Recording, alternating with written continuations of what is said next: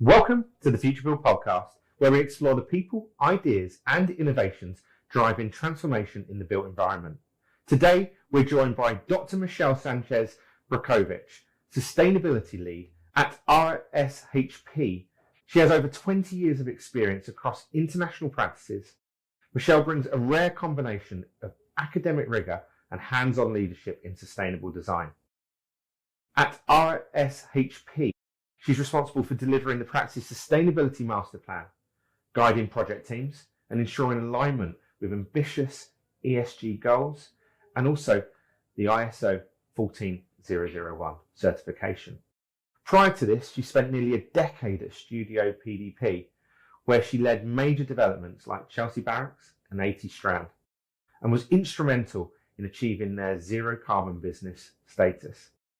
Michelle holds a PhD in sustainable architecture, has taught at universities in Venezuela, Spain, and the UK, and is a passionate advocate for circularity in construction through her leadership role at the Architects Climate Action Network. Michelle, an absolute pleasure to have you on the podcast today. Thank you very much for inviting me and to give me the platform to talk about these subjects. It's going to be great. I've got loads of questions, and we're going to come on to your work with ACAN and the circular economy policy campaign. But first of all, I wanted to sort of touch on your career actually, because it's fascinating. You span continents, disciplines, and you've got a very deep technical expertise. But I'd like to almost take you back to the beginning and what got you into architecture and in particular sustainability as well. First, thank you very much for saying that. It really gets to my heart. But I'm from Venezuela, born and raised there. I study architecture in Universidad Central de Venezuela, which has a very deep knowledge of environmental design. It's kind of a core value of the university. And then when I got out the university, my first job was a very small firm in Venezuela called La Profat. And they had an amazing project, which was a community center led by a community that was very poor in a very kind of poor area of Caracas.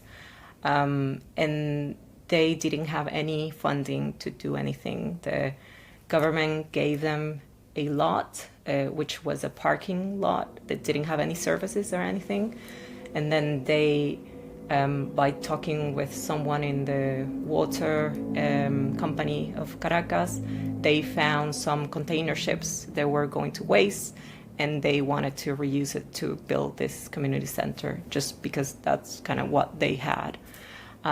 So they contacted us to see what we could do with that, with no other funding, like nothing.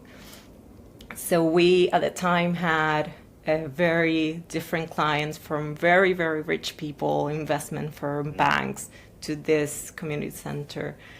And we figure out that if we were demolishing some offices for a bank or for an investment firm, we could deconstruct the office instead of demolish it and take that material and use it in the community center. So that kind of opened my knowledge of taking better care of waste.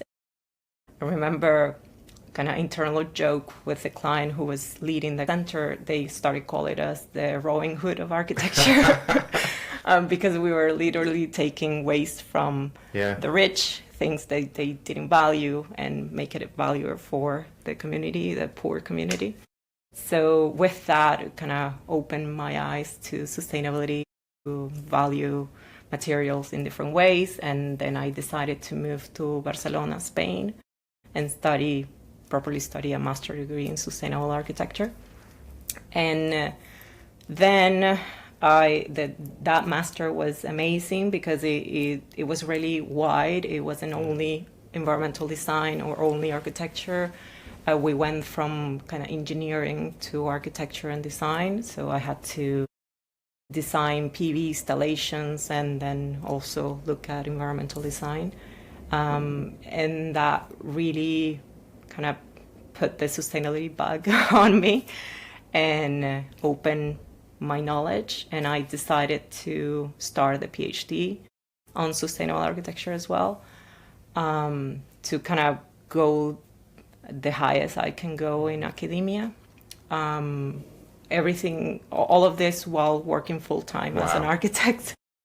Then when the first year of the PhD finished, I decided to move to London to find better job opportunities. And then I started working here full-time and then doing the PhD on my free time until I finished in 2017. The PhD is based on something that I'm very passionate about, the triple bottom line approach in sustainability, so balancing environmental, social, and economical impact.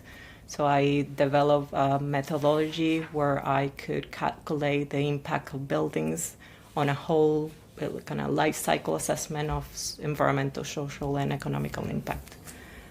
Yeah.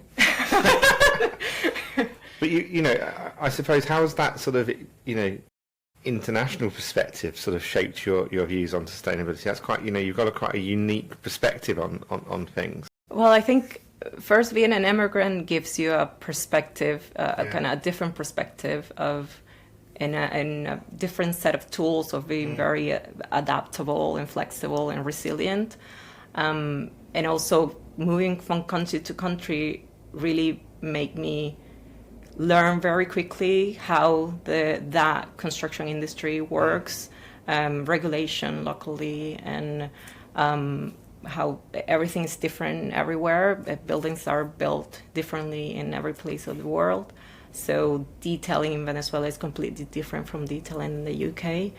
And I think I have to learn that very quickly to be able to work and adapt, which I think it has been very successful for me, like now working in RSHP, because it's such an international firm. We design everywhere in the world. The last time I checked, I think 70% of our work was overseas. So I have to do this like every single day for every project, research the local regulation, what the client wants, what the local planning is asking for, what type of materials are in place. So it's always adapting in that way. Yeah. We talk a lot on this podcast about the sort of the changing role, you know, especially of the architects. You know, a couple of weeks ago we had Will Arnold. We were talking about the changing role of the engineer as well, and their, you know, involvement in the design teams. What's your views on the sort of the role of the architects at the moment? And then I'm really interested actually on your role. You know, you've taken the role of sustainability lead within, you know, an architectural practice. It'd be great to sort of go into what that involves. Well, I think nowadays architects has so much impact in the design of the building, and we have a lot more responsibility than we had before, even with the principal designer rule, for example. So our scope is wider, and we need to look up so many things at the same time that I think it's good for an architecture firm to have someone dedicated to look at sustainability, to make sure that it doesn't fall on the cracks. And someone that it's reviewing the design and making sure that we're pushing everything, and then we're trying to kind of walk the talk. Yeah. It's also very interesting. I'm also part of a head of sustainability group in architecture firms. It's kind of organization that doesn't have structure or anything. It's just us trying to help each other. I hear it's almost a WhatsApp group, isn't it? Yeah. Yeah. It's just because we're all kind of leading with the same problems in a similar way. It's kind of what you're doing to, I don't know, deal with this, or have you done anything with this material, whatever it is.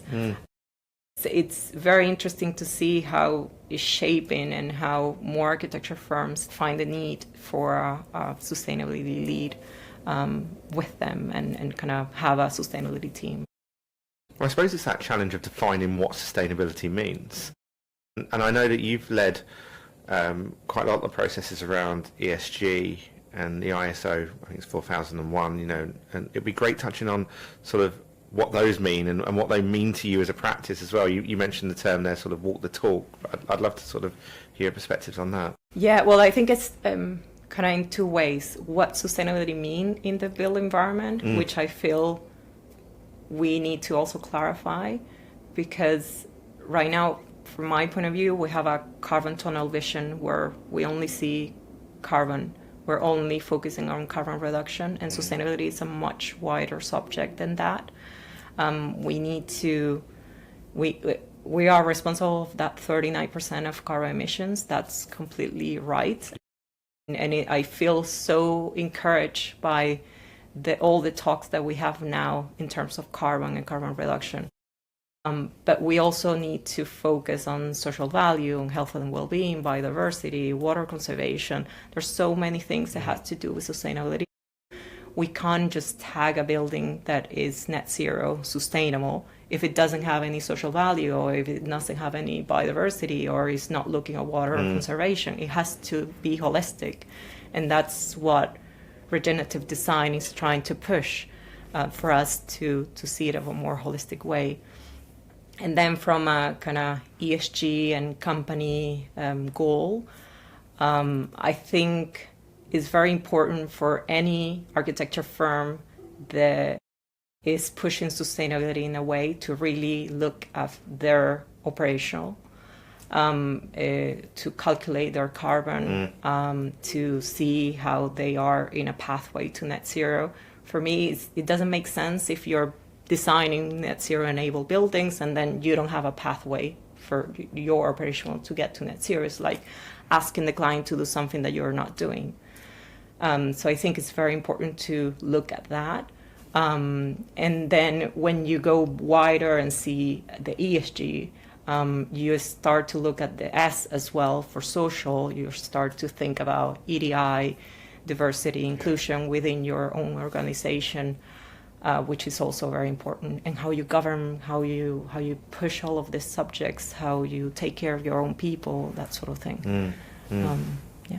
So tell us some of the sort of maybe some of the values you developed at RSHP. You know, especially around. I know you've been taking them through the sort of the ISO 4001 principle, but it'd be interesting to sort of touch on some of those.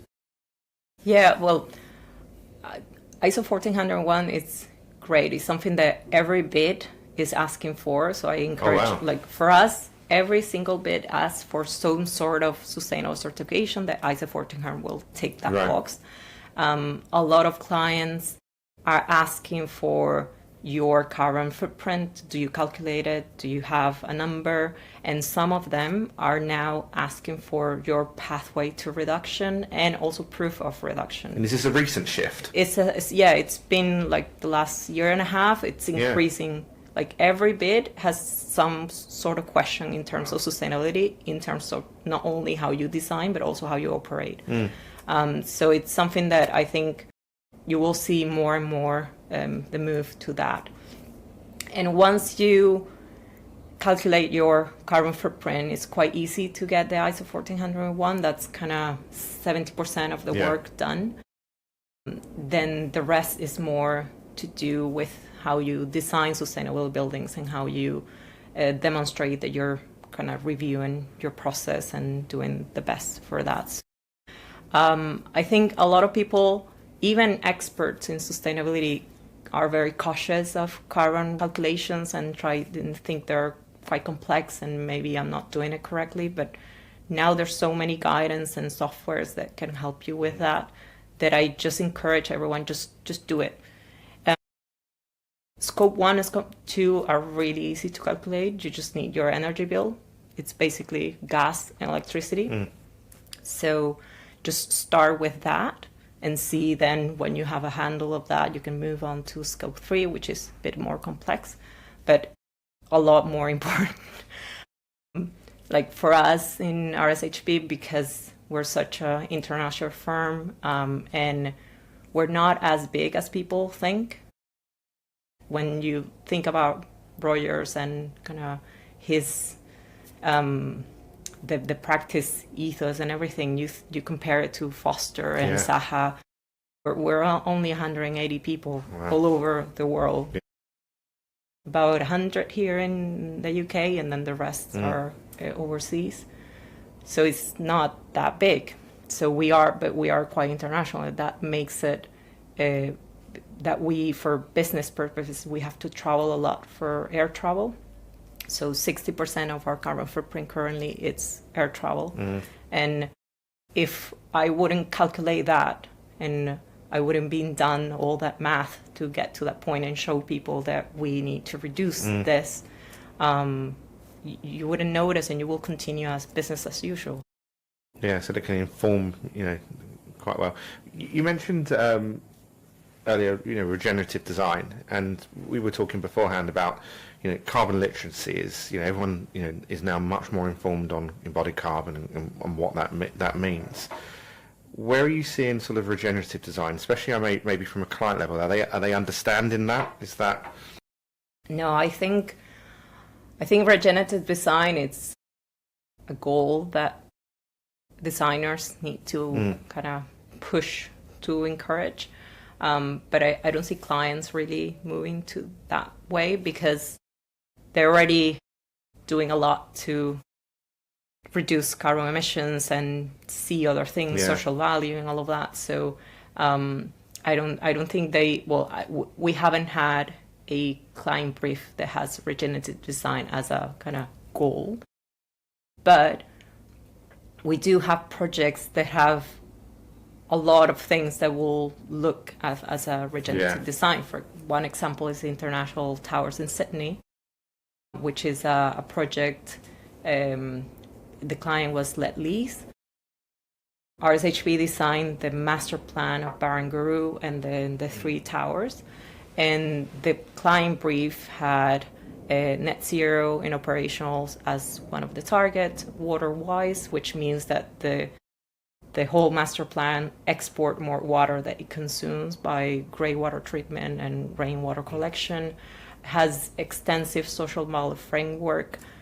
So if you see it as a whole, it is regenerative because its impact goes in the positive side. So I think the concept is still, it will take us a few years to actually define that. But if you have a holistic design approach where you're adding targets for everything, you eventually will kind of get there. That's my goal, I think. I think it's always been one of our biggest challenges in the built environment is the communication and sort of bringing, especially at a client level, on this journey. And so that's one of our biggest challenges. Yeah, and also when you're dealing with different type of clients in different regions, for example, one thing with working at RSHP is that we have clients all over, from clients in Asia that might just go for a certification and they're pushing other things, to clients in the UK, they're really pushing social value, for example, and are doing other things. So it's also learning how to talk about these subjects with each client in the way that they will understand it better and kind of push their agenda within all the things internally. I'd love to touch on some of your work actually sort of beyond the studio, and what you do at RSHP. And I know you're one of the leading members of the Architects Climate Action Network. And it always amazes me actually the amount of time that architects give to these different sort of volunteer groups. And I think ACAN is a fantastic organisation. Great actually if you could just explain maybe what ACAN is and what drew you into, giving so much for that as well. So ACAN is a volunteer work organization. We try to push decarbonization now, biodiversity enhancement, and then kind of social value and learning and training. The idea is that if we as a collective of people keep investigating and researching and pushing these subjects from all over areas, from policy to internal training, we would raise the knowledge of sustainability as a general in the built environment. What led me to ICANN? So I think it started with Letty. I started working with Letty in 2017 with the Embodied Carbon Primer, the Climate Guide, and the Client Guide, and a few of the one-pagers. And I found it so inspiring to just be surrounded by all of these people like-minded. They were all just trying to push it forward and giving whatever time we have to just move it a bit. And you can see clearly how the impact of LETI have drove the decarbonization in the built environment. And then when I came back in 2021 from my second maternity leave, LETI work has kind of scaled down, and I was trying to find another organization that kind of did the same. I wanted to give back the same amount of time and effort, and I found ACAN. They were asking, kind of having an open call for circular economy coordinators, and circular economy, as I said, it's been kind of a passion of mine since the beginnings, without knowing what circular economy was. Very first container project. Exactly. Absolutely. So, raised my hand and started working. So yeah, it's been amazing.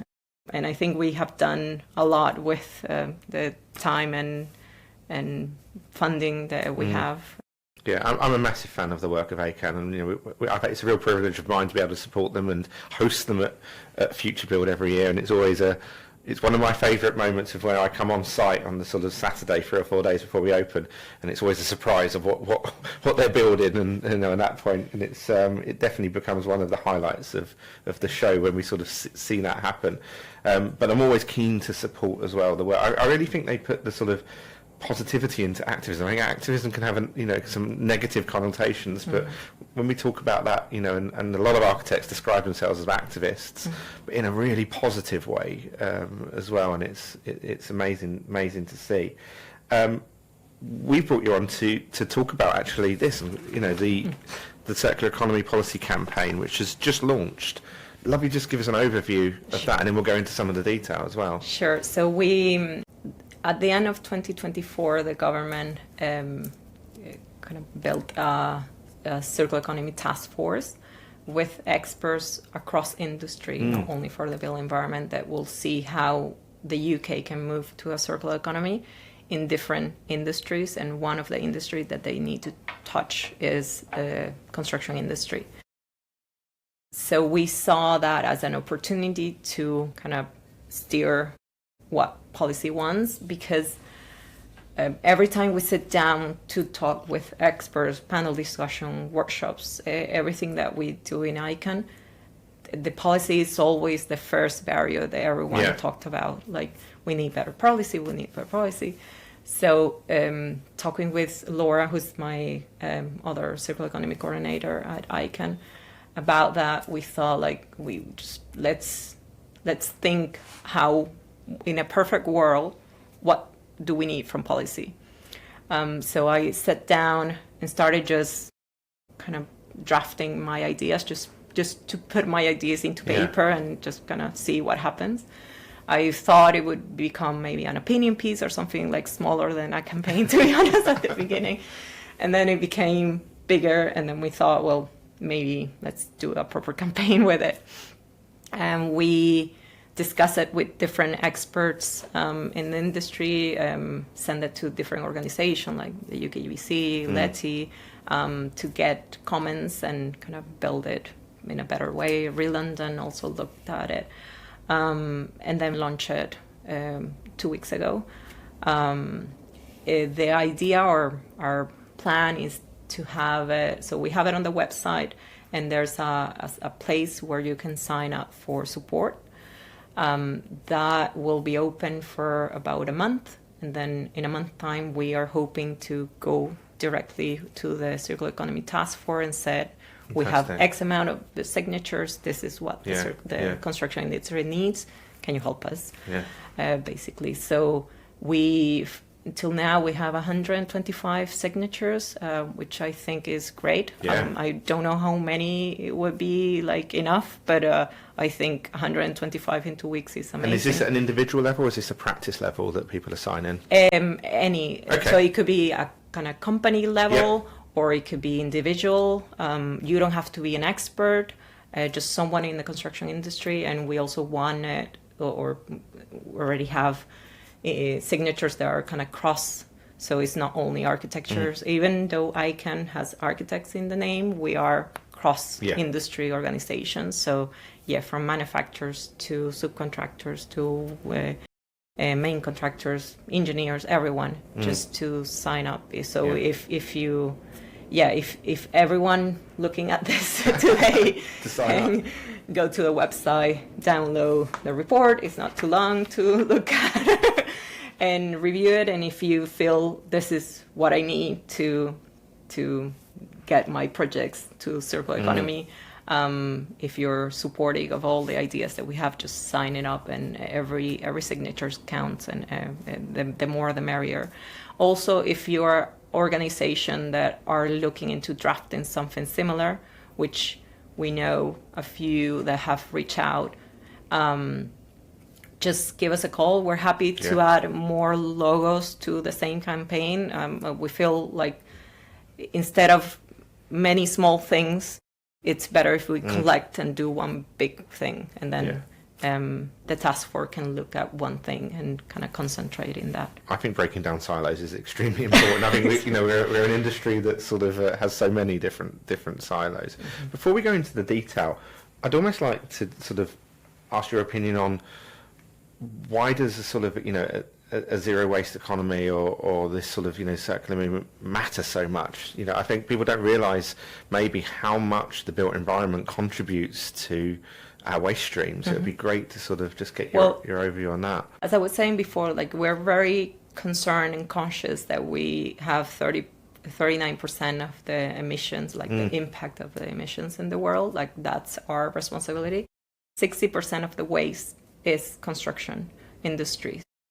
If you're concerned about that one, can you get also concerned about this one? 60%, it's mind-blowing. 13% of the materials used in construction industry goes directly to landfill. It doesn't get used because we over-specify a lot. We rather have 2 or 3, boxes of the ceramic just in case one breaks, and then that doesn't happen. It just sends directly to landfill. We need to be better, more conscious of how we use materials. We're also responsible of between 36 and 50% of natural resources depletion, because a lot of our materials take a lot of raw material from Earth. So we also need to be better on recycling and trying to move away from that. So circular economy, the idea of the goal is that we don't take any more materials from Earth, and we reuse as much as we can the materials that we have. So we eventually will need to move away from recycling and just reuse. But for now, if we move away from kind of taking raw materials and just use recycling and then reuse as much as possible, then we can kind of move forward to a circular economy. Well, let's probe into the sort of the 10 sort of key campaign ones, and nicely the sort of the first one is obviously around the Environment Act. What I'm seeing actually is that manufacturers are starting to do more take back schemes. Especially some of the larger ones. I know there's someone like Saint-Gobain that are doing it on their glass side of things, plasterboard as well with the British gypsum side. Yeah, tell us the sort of give us an overview of that first key initiative you'd like to see. Yeah. Our first ask, so that the document goes into like 10 key things, and then in more detail of other things that we'd like to add. The first one, the main key thing, is that manufacturers need to be more responsible about their product, and that Model D that you see in life cycle, so the end of life of their products, having more take back schemes. I think, even though you're completely right, there's a lot of good being done by big corporations like Saint-Gobain, where they do free existing glass surveys to let you know how much they can recover for inside. It's amazing what they're doing.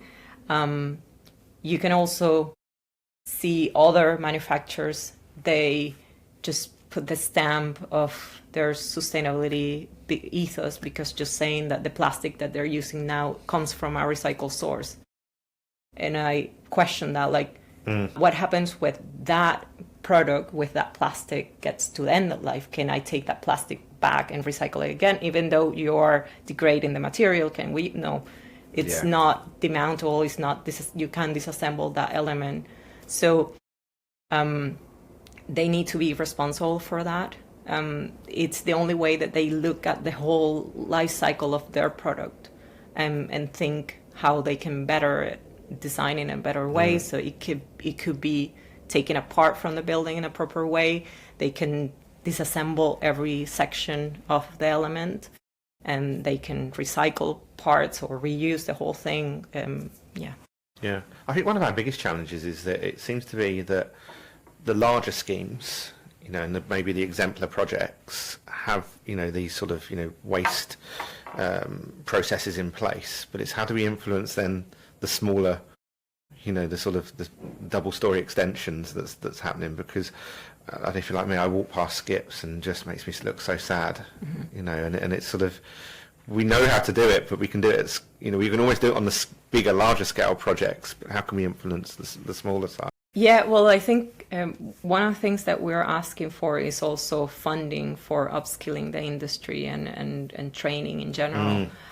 So it's not only something that it's for major projects, but architects that has smaller scale projects can also learn on how to better design, to be able to disassemble and reassemble that element in the end of life. So upskilling the demolition contractors. There are a few good ones. They're kind of getting their head around on how to deconstruct a building and not demolish it. But the majority just like to knock everything down, just put it in the skid and just take it elsewhere. So we need to also do that better. And the only way is to have funding to upskill everyone's knowledge. Yeah, you'll know this all too well. We're an industry that like to build to regulations rather than exceed them, unfortunately.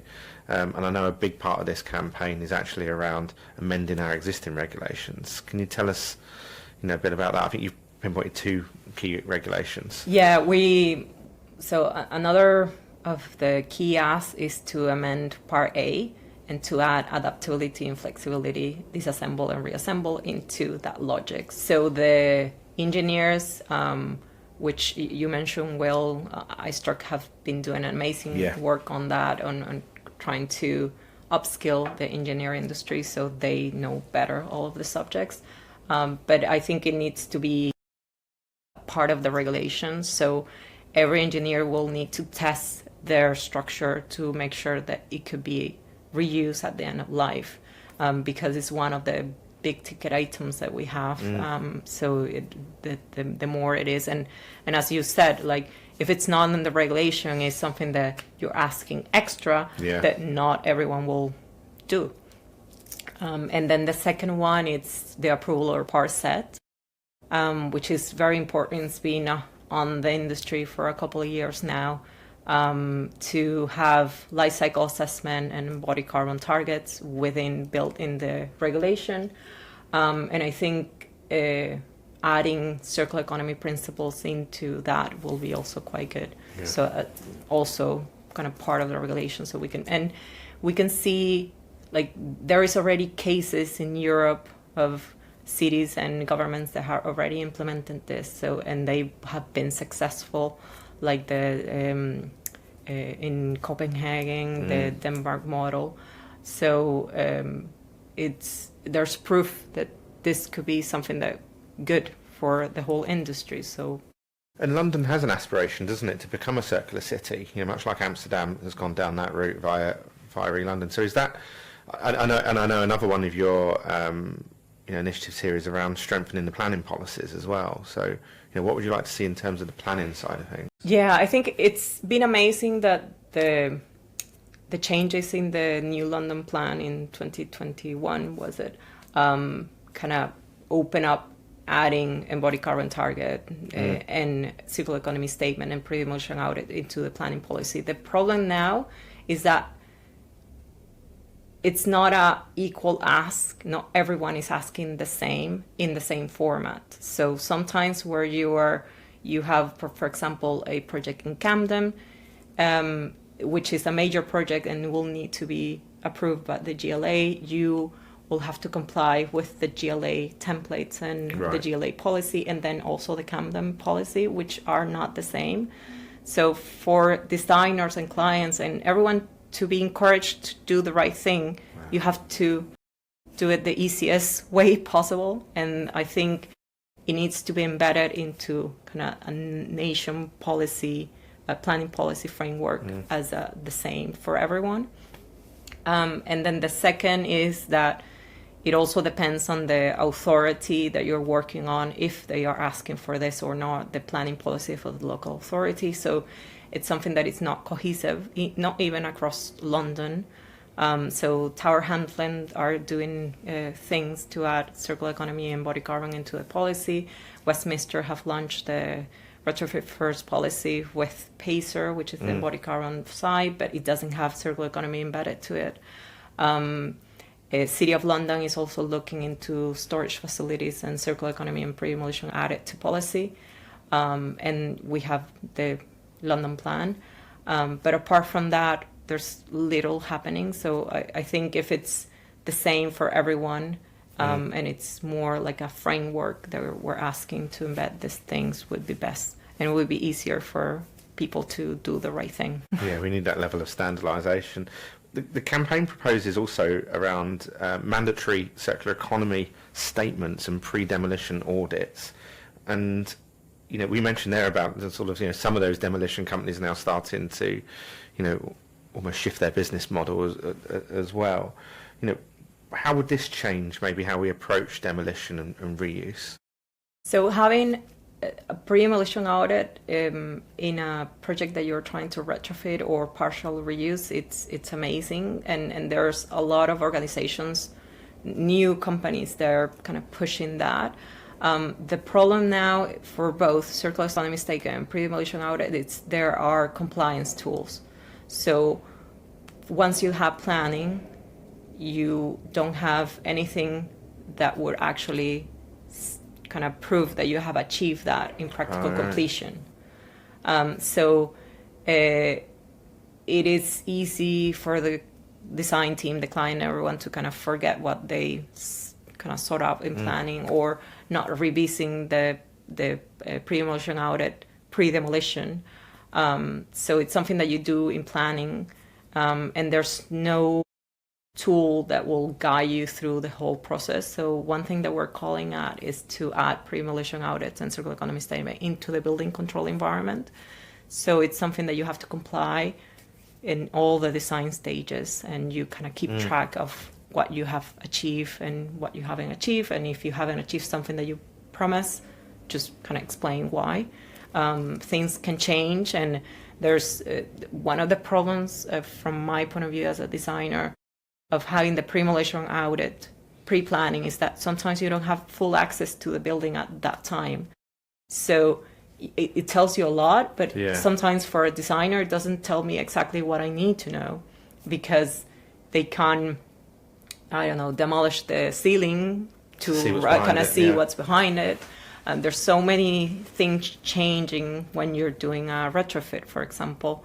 That I work on a retrofit in 80 Strand, a grade 2 listed building, which it has 3 different layers of ceiling, and then the one that we have to conserve was the last one, but we didn't know it was there until we open up. So we wouldn't notice that in the pre-demolition audit pre-planning. We noticed that when we're already in construction. So it's something that you need to revisit. But if there's no tool that actually kind of makes you comply with it, a lot of people just forget about it and move on. Yeah, we're seeing now, a lot of, especially in London actually, the amount of reuse steel that's going, into new projects. But I've heard there's a lot of barriers to that still. There's obviously only a finite amount as well. But what's holding back maybe more reuse materials being used? Well, I think first is not having storage facilities, physical and digital, to make sure that all the elements that you can reuse get into a place that they can be sorted, they can be tested, and re-warranties, which is also kind of another loop of barrier. There's also the problem with sourcing the right material for the right use. And sometimes it's difficult for clients, for example, talking about the kind of planning and post-construction stages.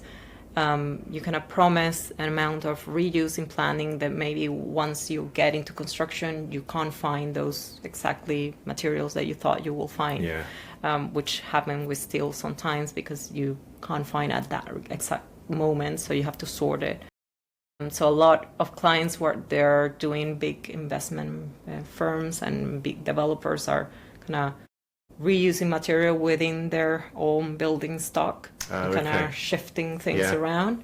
But that doesn't open to the wider market. And when they are trying to open it to the wider market, it's difficult to find a place that you can go.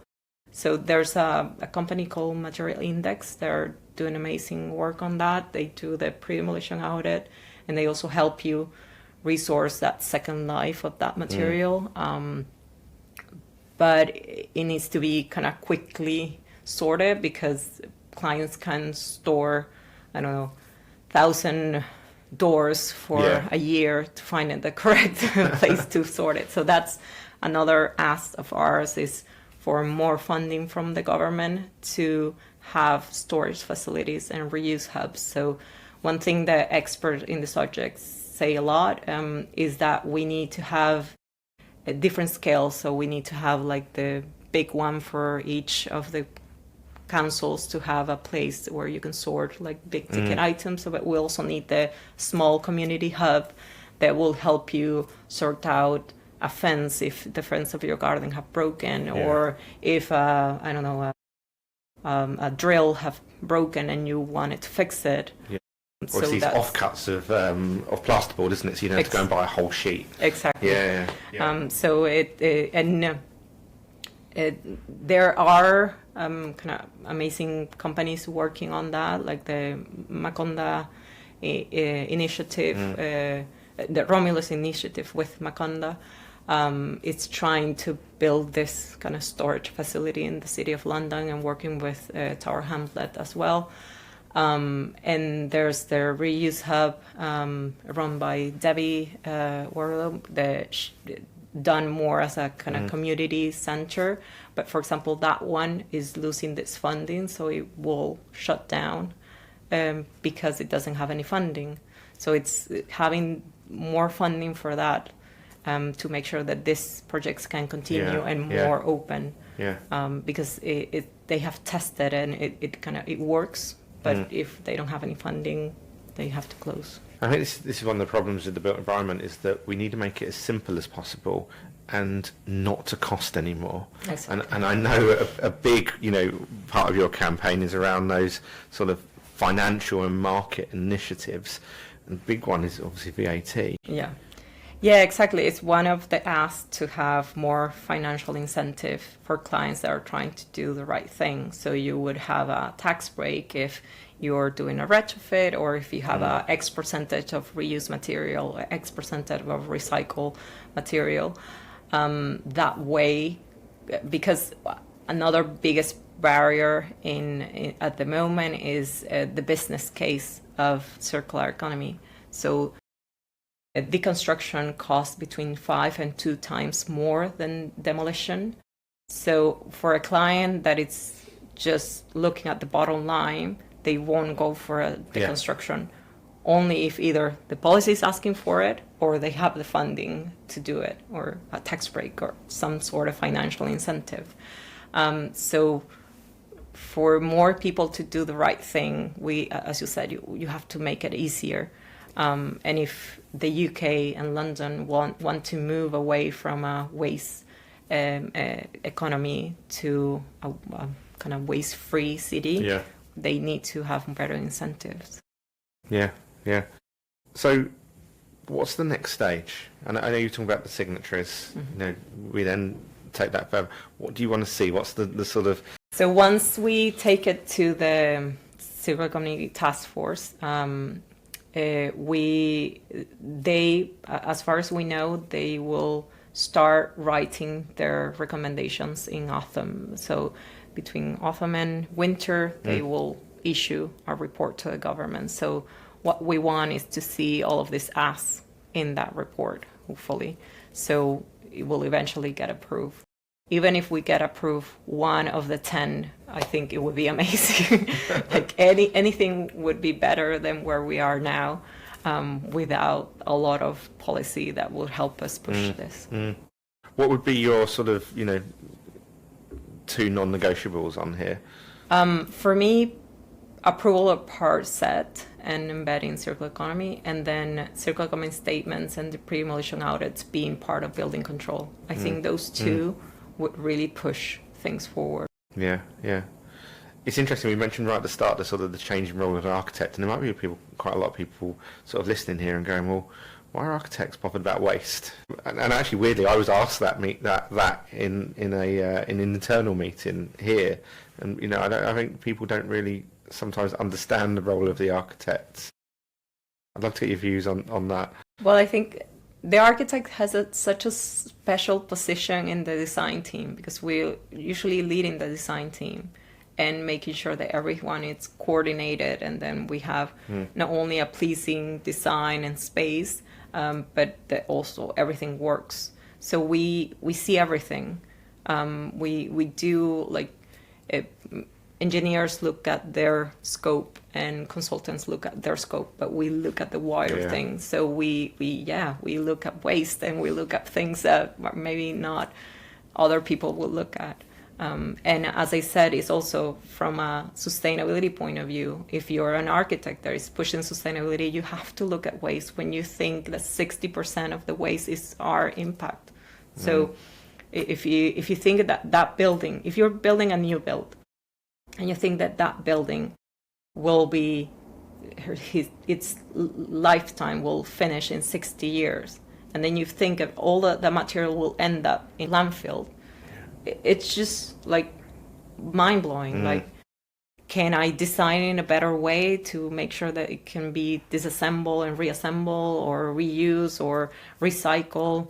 It's just having that extra care of the material selection and the design.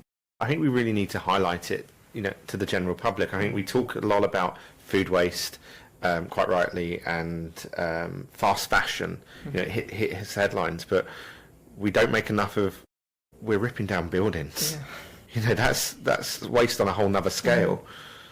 And as we said, like, upscaling and education is so important. Like, when you really go into this kind of rabbit hole, you get, like, the other day I was talking with Saint-Gobain, and they mentioned that they had a site, and when you're taking down collets of glass, you have to be really careful with not cross-contamination, because every little material of other things can really damage their recycled plant. So they're really, really cautious.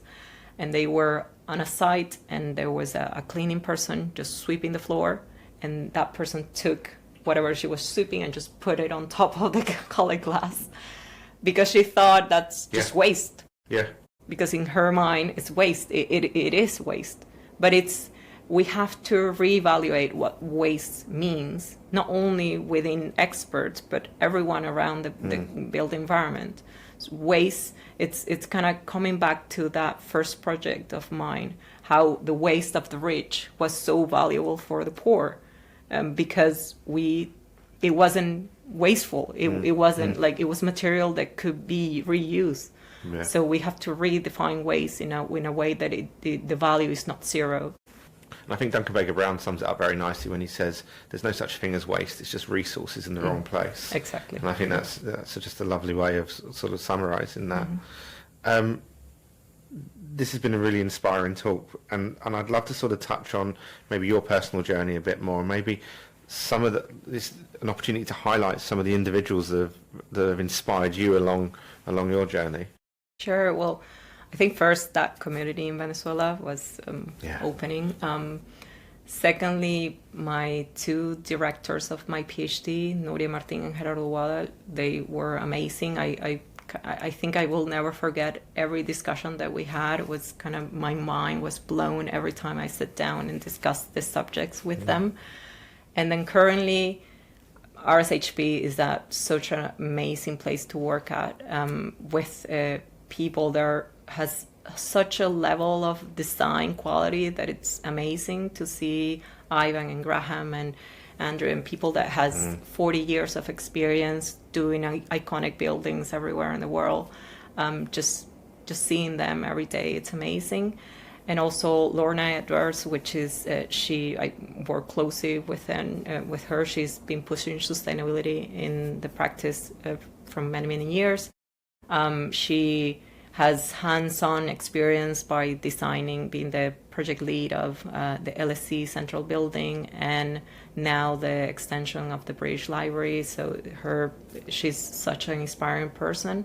And Stephen Barnett, he's the director who heads the sustainability in the practice, who also has like amazing experience for working on Geneva Airport, to Bordeaux law courts and projects that are very iconic in the practice. Yeah, that's brilliant.